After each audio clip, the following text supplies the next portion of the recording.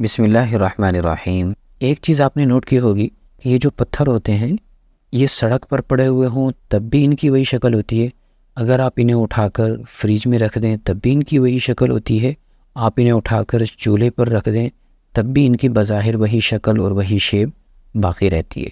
لیکن یہ جو آئس کریم ہوتی ہے اگر آپ اسے فریج میں رکھیں گے تب اس کی شکل کچھ اور ہوگی، اگر آپ اسے روم ٹیمپریچر پر رکھیں گے تب اس کی شکل کچھ اور ہوگی، اگر آپ اس کو چولہے کا ماحول دیں گے، کچن کا ماحول دیں گے، پھر اس کی شکل کچھ اور ہوگی۔ اس سے پتہ چلا کہ کچھ چیزیں ایسی ہوتی ہیں کہ وہ ہمیشہ اپنی پیدائشی شکل پر برقرار رہتی ہیں، اور کچھ چیزیں ایسی ہوتی ہیں کہ وہ اپنی شکل کو چینج کرتی رہتی ہیں۔ عربی کے اندر جو الفاظ ہوتے ہیں ان کی بھی ایسے ہی دو اقسام ہیں۔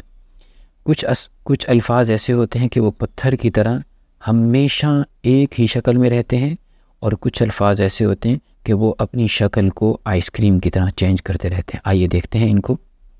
مثال کے طور پر آپ یہاں دیکھیں گے تو زیدن کے آخر میں پیش ہے، لیکن اسی زیدن کا جب ہم نے پڑوسی تبدیل کیا اور ایتو کے ساتھ اس کی دوستی لگائی تو اس کے آخر میں زبر آ گئی، اور اسی زیدن کو جب ہم نے با کا پڑوسی بنایا اب اس کے نیچے زیر آ گئی، یعنی جیسے جیسے اس کے پڑوسی بدلتے گئے اس نے اپنی شکل صورت اپنے آخر کی زبر زیر کو چینج کر لیا۔ اس کے برعکس ہم نے حاضہ کو لیا اور اسے جاء کے ساتھ لگا دیا تو وہ اپنی پیدائشی شکل پر برقرار ہے۔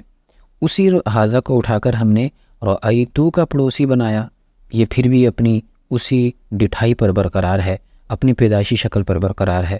اور اسی حاضہ کو جب ہم نے با کا پڑوسی بنایا تب بھی وہ اپنی پیدائشی شکل پر برقرار رہا۔ اس سے پتہ چلا کہ عربی کے کچھ الفاظ ہوتے ہیں کہ وہ ہمیشہ اپنی شکل کو ایک جیسا رکھتے ہیں، اور کچھ عربی کے الفاظ ایسے ہوتے ہیں کہ وہ اپنی شکل کو ماحول کے مطابق تبدیل کرتے رہتے ہیں۔ تو جو اسم اپنے آخر کے اعراب کو تبدیل کرتا رہے اسے اہل عرب معرب کہتے ہیں، اور جو پتھر کی طرح ہمیشہ کانسٹنٹ رہے اسے مبنی کہتے ہیں۔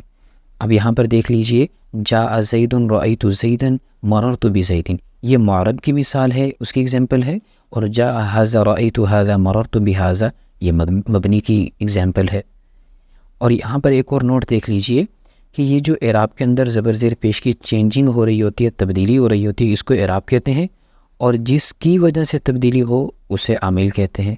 مثال کے طور پر یہ جو ساتھ کے اس کے پڑوسی ہیں نا، ان کو ہم عامل کہیں گے جن کی وجہ سے آخر کا اعراب چینج ہو رہا ہے، اور جس جگہ پر اعراب چینج ہو رہا ہو، جیسے زیدن میں دال پر کبھی پیش آ رہی ہے، کبھی زبر آ رہی ہے، کبھی زیر آ رہی ہے، تو یہ جو دال ہے اس کو محل اعراب کہیں گے۔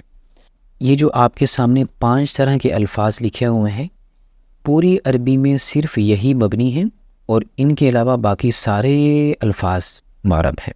سب سے پہلے مبنی میں آتا ہے فعل ماضی، اس کی ڈیٹیل ہم علم الصرف میں پڑھتے ہیں۔